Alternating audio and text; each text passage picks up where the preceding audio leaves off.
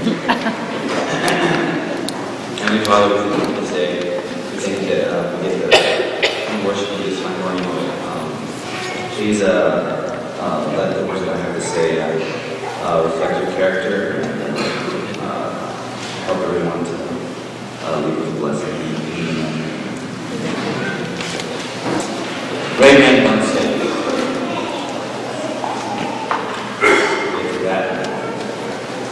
in 1951, Professor Solomon Ash of Swarthmore College conducted one of the most famous social experiments in the modern age of sociology.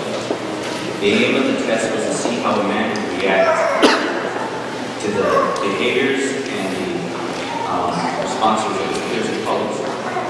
Each participant was placed in a room with seven other students, in his wording, Confederate participants. Now, all the Confederate participants were instructed of the true purpose of the experiment, but the real participant was not. There was only one real participant. They were shown a card with a line on it, followed by another card with 3 lines, labeled A, B, and C. You can see it right there. Participants were asked to say out loud which of the 3 lines on the second card matched the size on the first card. So you can see that clearly the line C matches the baseline. There were 18 of these types of questions, and each question was called a trial. Prior to the experiment, though, the Confederate participants were given specific instructions on how to respond to each trial. For the first 2 trials, all the participants gave the correct answers when asked which one matched the baseline. However, on the 3rd trial, the Confederate participants gave the incorrect answer. And the purpose of this was to see if the real participant would answer the same as the Confederates. And sure enough, 75% of all 50 real participants answered incorrectly when the Confederates answered incorrectly, while only 25% answered correctly regardless of what the others had to say. They were asked to repeat this process, but instead of stating out loud, they were asked to write the correct answer down. And from the results, 99% of every answer on the written test was correct. After the test, the real participants were told the true purpose of the experiment and were interviewed about their experiences. When asked why they answered incorrectly, they gave answers such as, well, the others answered this way, so I figured they must be right, maybe I wasn't saying things right. Or, I just kind of wanted to get through this. But the most popular answer was, I was afraid of the discomfort with disagreeing with the others. Now, this is a social experiment. This reflects the rest of humanity, how we think and how we act. And you can see this in the office, and I don't mean to throw the racism under the bus, but at the beginning of their praise, they were standing back here, so Pastor Albert was first thing they do.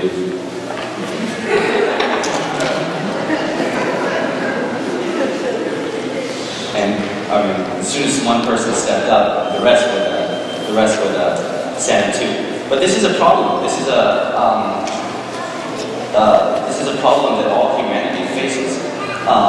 When confronted with opposition, when confronted with a crowd doing something or saying something that you know is not right, that you know is wrong, we have the tendency to stay comfortable.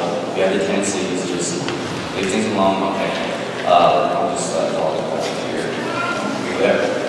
The participants of the experiment can clearly see the line C matched the baseline, but when the right thing was right in front of them, they did not answer correctly because they were afraid of the discomfort of disagreeing with others. And this isn't just a problem with modern people. It's a problem that's been going on throughout history. It's the problem that many of the great Bible characters that we look up to have faced. Turn with me to Luke chapter 22, verses 54 through 62.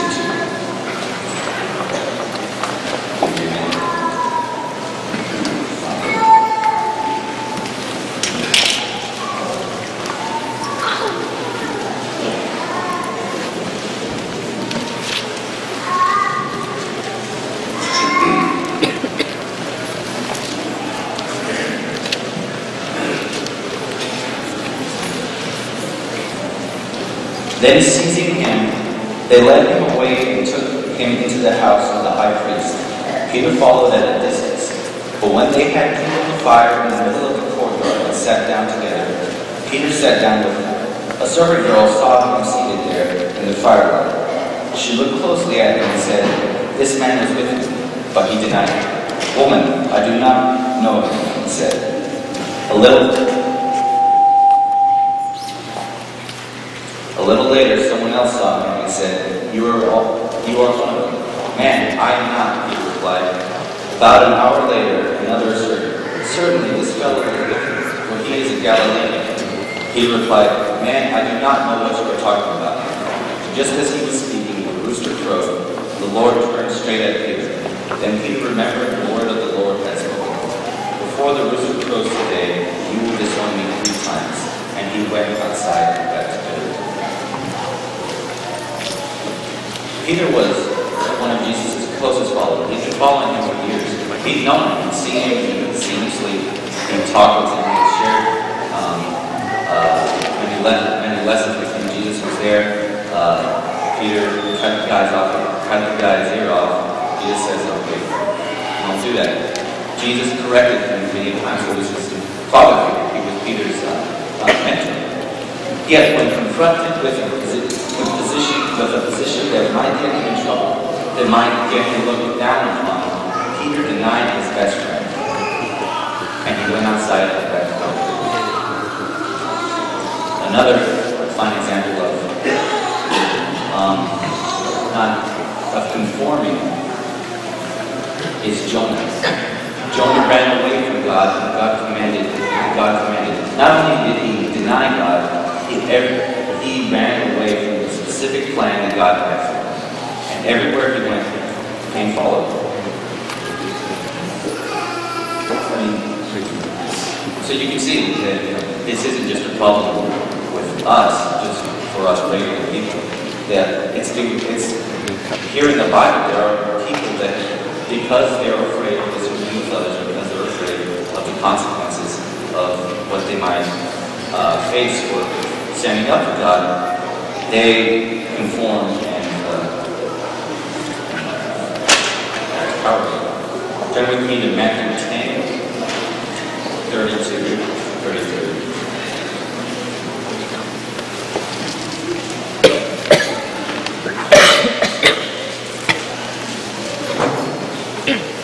And this is Jesus' words. "Whosoever acknowledges me before men, I will also acknowledge him before my Father in heaven." Verse 33, "But for whoever disowns me before men, I will disown him before my Father in heaven."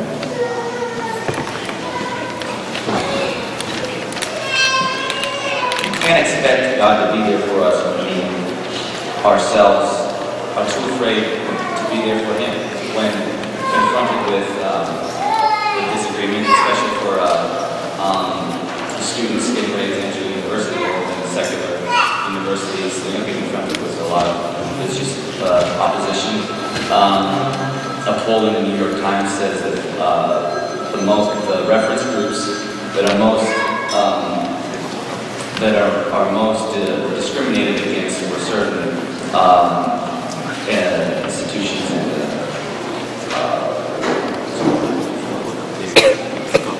programs, I guess, are evangelical Christians. This is a problem. We're no longer living in a world or a nation under God, and there's a lot of opposition towards us and towards His people. And you can see more and more people are they're afraid of the discomfort. But be assured that there are people who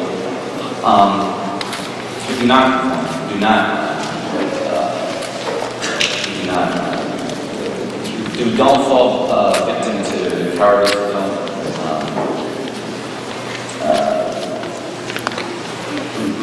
who stand up for God. When in the actual conformity test, 25% answered correctly. When interviewed about their experience, they said, "I could see everyone else was plainly answer me wrong.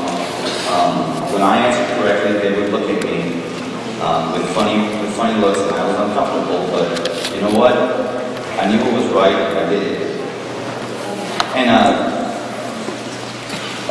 And there's fine examples of people like this in the Bible. David and Goliath. Samuel 17, 14. We'll go ahead and read that story.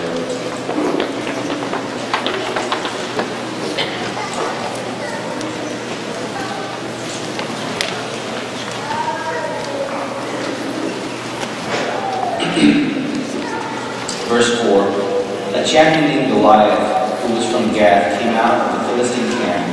He was over 9 feet tall. He had a bronze helmet on his head and wore a coat of scale armors on his bronze weighing 5,000 shekels. On his legs he wore bronze boot greaves, and a bronze javelin was slung on his back. His spear shaft was like a weaver's rod, and his iron point weighed 600 shekels. His spear bearer went ahead of him. Goliath stood and shouted to the ranks of Israel, "Why don't you come out to the line of battle? Am I not the Philistine, and are you not servants of Saul? Choose a man and have him come down to me. If he is able to fight and kill me, I will become your subjects. But if I overcome him and kill him, he will become our subjects and slaves, and he will serve us." Then the Philistine said, "This day I defy the ranks of Israel. Give me a man and let us fight each other." On hearing this, the Philistine words, Saul and all the Israelites were dismayed and terrified. This was a guy straight out of an Arnold Schwarzenegger movie. He was the biggest, meanest guy you could think of. He'd seen his share of combat. He killed, he raped. He was a bad guy. 9 feet tall, that's huge. And obviously, very strong. I don't know how much 600 shekels weighs, but that was just his iron point on his spear. So this guy could do damage. He could probably rip you apart. And so it's no wonder that the people of Israel were terrified. It's no wonder that they were afraid. And they were discouraged that no one would step up. Verse 12. Now David was the son of an Ephraimite named Jesse, who was also from Bethlehem in Judah. Jesse had 8 sons, and in Saul's time he was old and well advanced in years.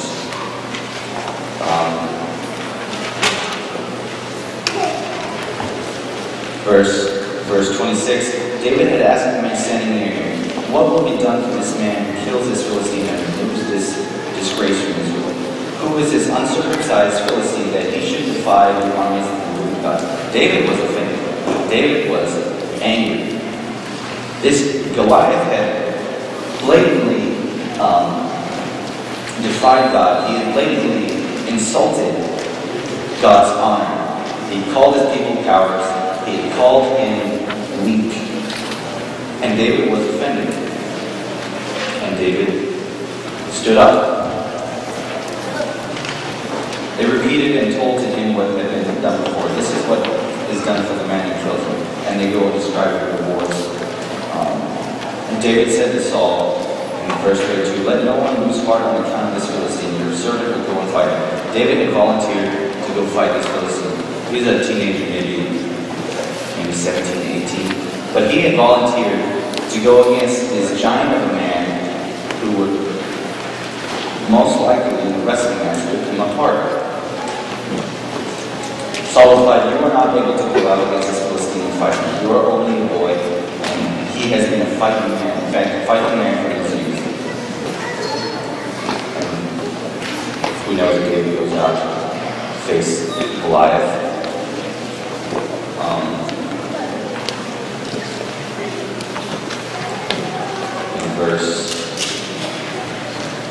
Verse 43, Goliath says to David, "Am I a dog beaten with sticks?" And the Philistine cursed David by his gods.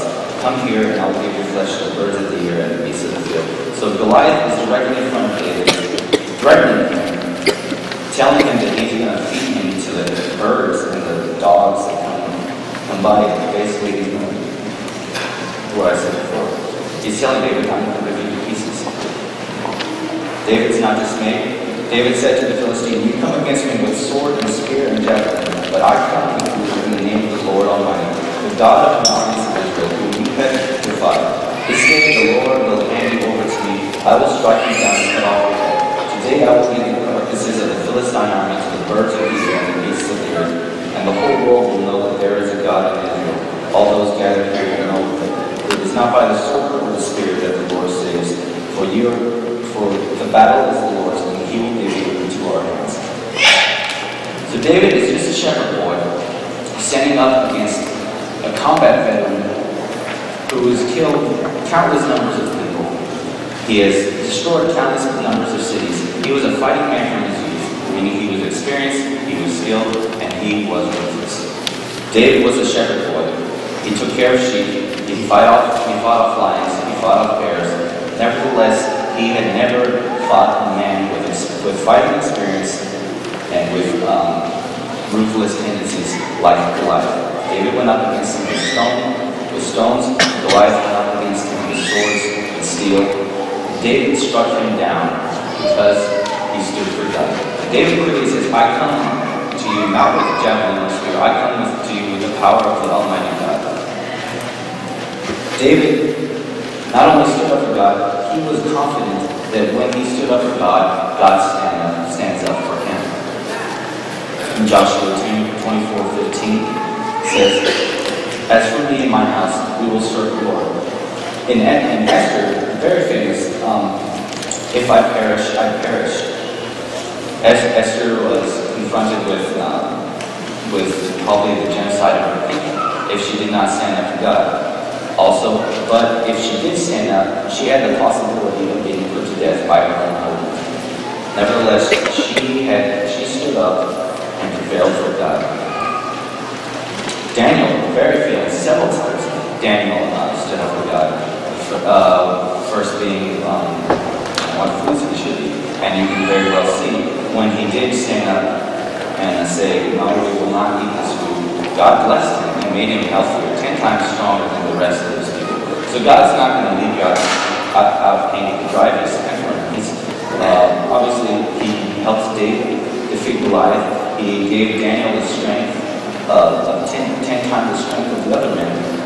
And Daniel again was thrown to the lion's den, and he was not harmed for his beliefs. One of the most important verses in the scripture applications of the study is found in Daniel chapter 3, 16. Let's turn to there, please.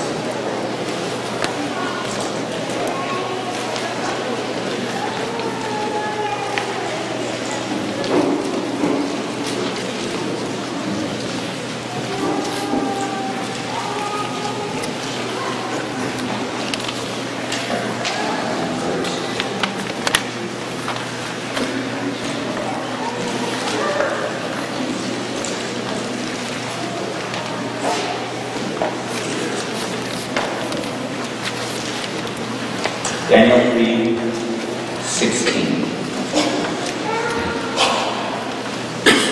Shadrach, Meshach, and Abednego replied to the king, "O Nebuchadnezzar, we do not need to defend ourselves before you in this matter." They were called. King Nebuchadnezzar had set up a decree for people to worship an image of himself. He had set up laws that if you did not worship, if you did not bow down, he would have you killed. And so when led out of the field,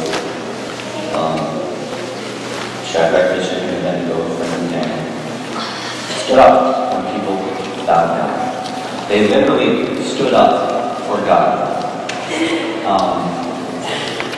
Not only in their courage, they stood on their 2 feet upright, looking at everybody, looking at them. Why don't you bow down? Do you not value your life? Shadrach, Meshach, and Abednego clearly said, Nebuchadnezzar, we do not need to defend ourselves. Verse 17, if we are thrown into the blazing furnace, that the God we serve is able to save us from it, and he will rescue us from your hand, O king. But even if he does not, we we want you to know, King, that we will not serve your gods or worship the image of gold that you have set up. So not only did Daniel's friends have this uncertainty that, you know what, I might die with this.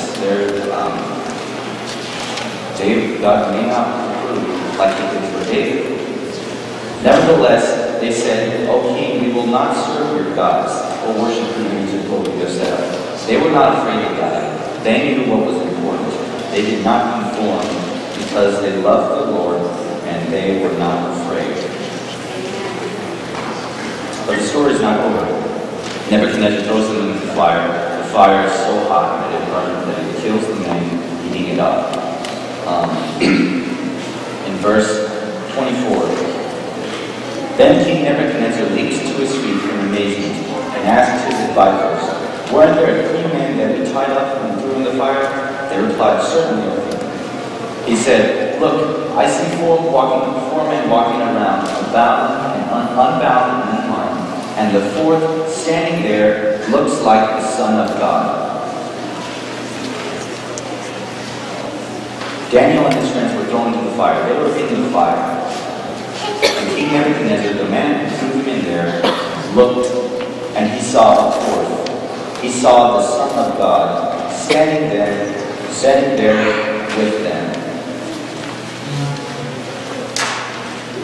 Daniel and his friends stood up for God, and so God stood up for them. Literally stood there for him. For them. Excuse me. So, what I want to emphasize here is that when we stand for God, He stands for us. It's very clearly in the Bible, Isaiah 41:10. So, do not fear, for I am with you. Do not be deceived, for I am your God. I will strengthen you and help you. I will uphold you with my righteous hand. If we stand for God, He will stand for us. Isaiah 41:13. For I am the Lord your God, who takes hold of your right hand and says to you, do not fear, I will help you. We stand for God, He stands for us. 1 Corinthians 16:13. Be on your guard, stand firm in the faith, be men of courage, be strong. Psalms 56:3 and 4. When I am afraid, I trust in God. In God whose words I praise, and God I trust. I will not be afraid. What can mortal man do for you? Do not be afraid. When you stand for God, He will stand for you. 1 Chronicles 28:20. God also said to Solomon, be strong and courageous, do the work, do not be afraid or discouraged.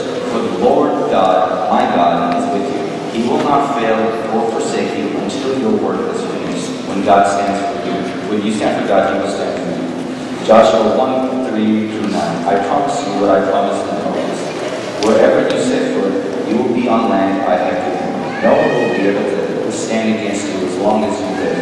For I will be with you, and as I was with Moses, I will not fail or abandon you.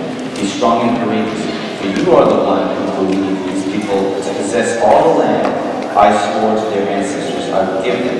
Be strong and very courageous. Be careful to obey all the instructions that Moses gave you. Do not deviate from them, turning either to the right or to the left. Then you will be successful in everything you do.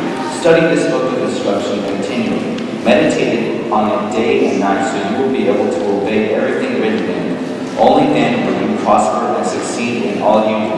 This is my command. Be strong and courageous. Do not be afraid or discouraged, for the Lord God is with you wherever you go. So you see, folks, God will not leave you.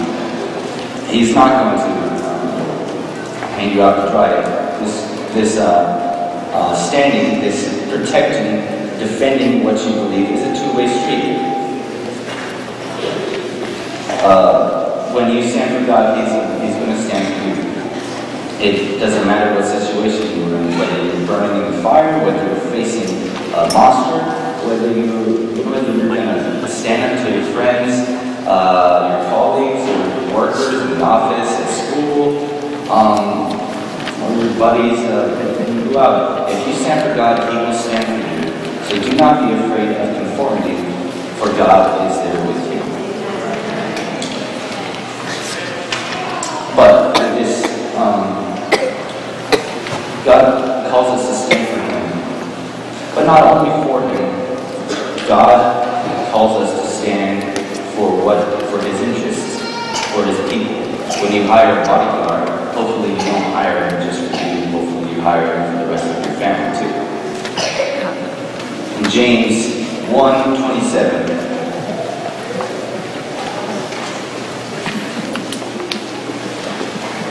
it says,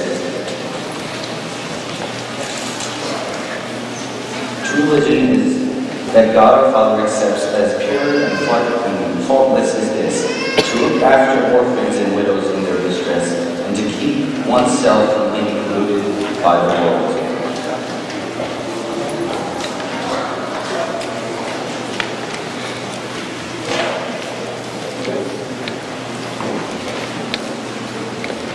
A fine example of this is a man grew up in Pennsylvania. His name was Samuel Childers. He lived in Pennsylvania. He grew up in a decent home. His dad was a former Marine, turned prison guard. He didn't have much of a dad at home. When he went to school, he was introduced into drugs. He was introduced into a lot of immorality, a lot of fistfights. He participated in a lot of bad things, and grew up to be a pretty bad guy, scoundrel. He was a member of a notorious motorcycle gang in the area. He had been in prison for about 3 years. And he was a dancing drug dealer. He was a bad guy. One day, though, as he was doing these gang activities, he almost killed a man. And he went home and he found his wife, asking what was wrong with him. He had blood all over him. He says, help me. And his wife was a former stripper. She had done some pretty bad things at the time too. They had a little girl, so she wasn't growing up in a very good home. Well, his wife earlier, while Childers was in prison, had converted to Christianity. She had quit her job at the club that she was working, and she turned her life around. When Mr. Childers came home, he wasn't very happy that she had quit her job at the club. He did not agree with what she had to say, or what the Bible had to say from it. Well, when he had come to this near-death experience with this homeless man that he had almost murdered, he agreed to go to the church, where he was convicted to be baptized, and he had turned his life around. Mr. Childers would go on to build a church in his community. But on the first church service, he had the church, by the way, he had designed it specifically for people like him, for biker gang members, strippers, prostitutes. He had designed his church for dirty people who come from bad backgrounds, bad things. But on the first church service, he had called the preacher and asked him to come, and they waited for him to preach. They kept the music going, and they waited, and they waited, and they waited, and no one came. So, dismayed, Childers called the preacher, and the preacher didn't pick up. They don't know what happened. We don't know what happened to that preacher. All we do know is that Mr. Childers was convicted to get up and preach, and he did preach. And while he was up there, he felt convicted to join the mission group that he had known in his old church when he was baptized, to go to southern Sudan Northern Uganda to help rebuild churches that had been destroyed from the war, the civil wars going down over there.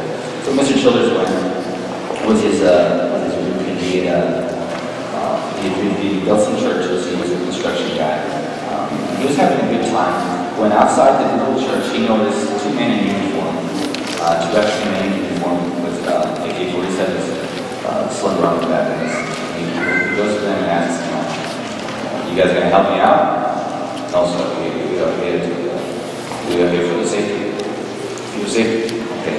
And so he asks, "What are you doing? Why do we need safety?" And they go on to explain the war. And so Mr. Childers is interested in what's really going on north of where they are, where the combat was taking place. And he asked him to come in to take him there. They're reluctant at first, but he's very persuasive, and they do take him to a Red Cross relief station, where he truly sees what's actually going on, why they're building the church, why he's there in the first place. He sees people with missing limbs, he sees disfigured people, and he's wondering what's happening. And there's a dramatic scene in the movie where based on his life, he helps a woman onto a table with surgery, and she does not have lips because they were cut off from arguing with other soldiers. And he asks the nurse helping what was done to this woman, and she says she got in an argument with rebel soldiers, and they did this to her. These are just from his orders. And so Childers is not really a man to be queasy at the sight of something he doesn't like, but this disturbed him. Usually when you're disturbed, you back away a little, stand, and you get more curious as to what's really going on. And so he asked his buddies, the freedom fighters that he had met outside the church, to take him out to the village, and they do. And the sights he sees are horrible. He is convicted when he goes back home after he built his church to build an orphanage right in the middle of the war zone for children being victimized and orphaned by the war. He goes there, he builds an orphanage, and about the second week of his orphanage, the rebel forces come and burn it down.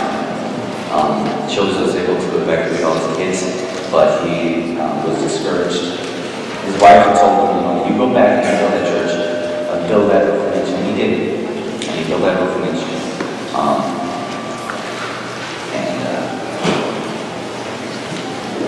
They called him the white preacher during that time.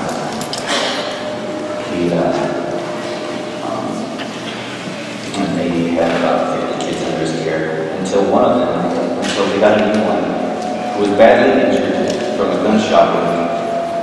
And during this desperate struggle to save that child's life, he lost the child. He was so dismayed and so furious that he would not allow this to happen to any more of his kids. So he grabbed his freedom fighter buddies, and he went out in the middle of the road and sat and he waited.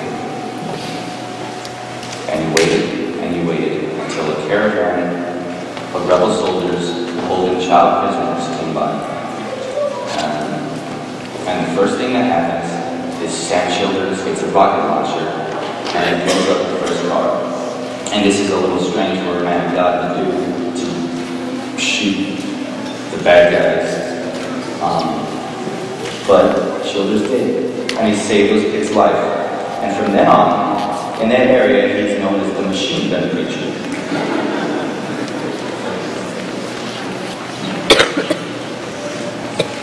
Oh, that was in 1992, though.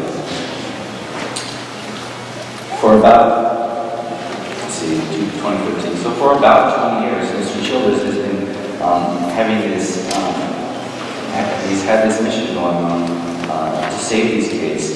He has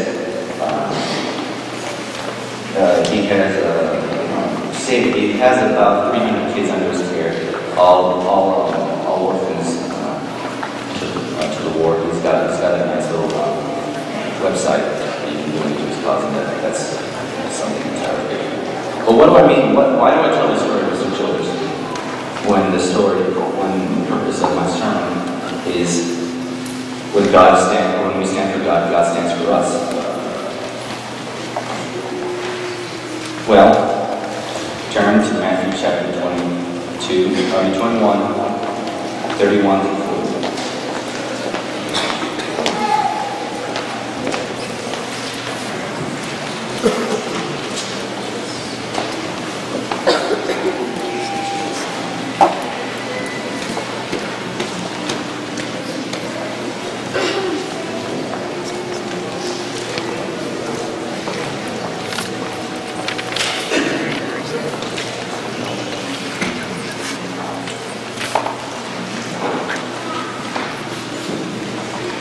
Verse 31.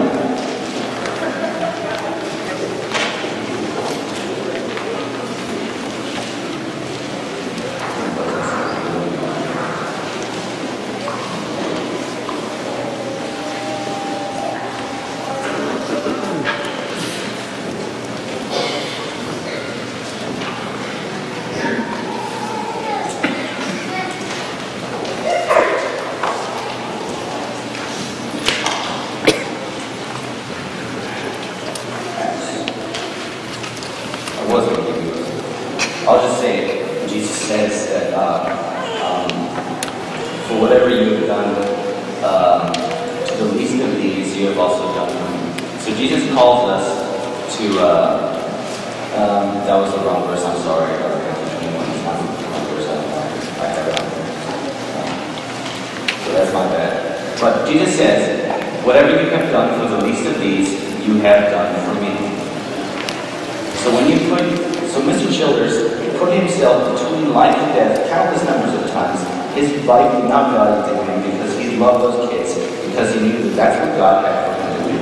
He did not conform, or rather run away from the bullets flying at him. And he had stood up for something higher and something better than himself. And for that, his drug-dealing life, his life of gangs, had taken a whole new meaning. It had taken a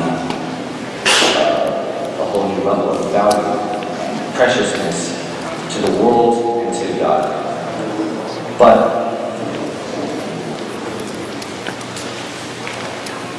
So now, turn to Acts 7:54 to 59. This is the right one of Thomas.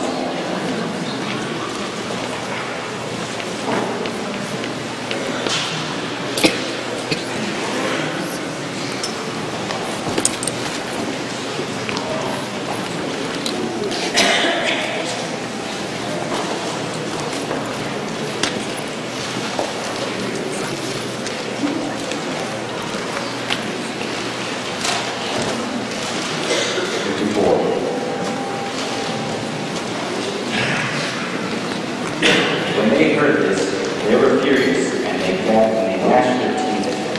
But Stephen, full of the Holy Spirit, looked up into heaven and saw the glory of God, Jesus standing at the right hand of God. "Look," he said, "I see heaven open and the Son of Man standing at the right hand of God." At this they covered their eyes and began yelling at the top of their voices. They rushed to him, dragged him out of the city, and began to stone him. Meanwhile, the witness laid their clothes at the feet of a young man named Saul. While they were stoning him, Stephen prayed, "Lord Jesus, receive my spirit."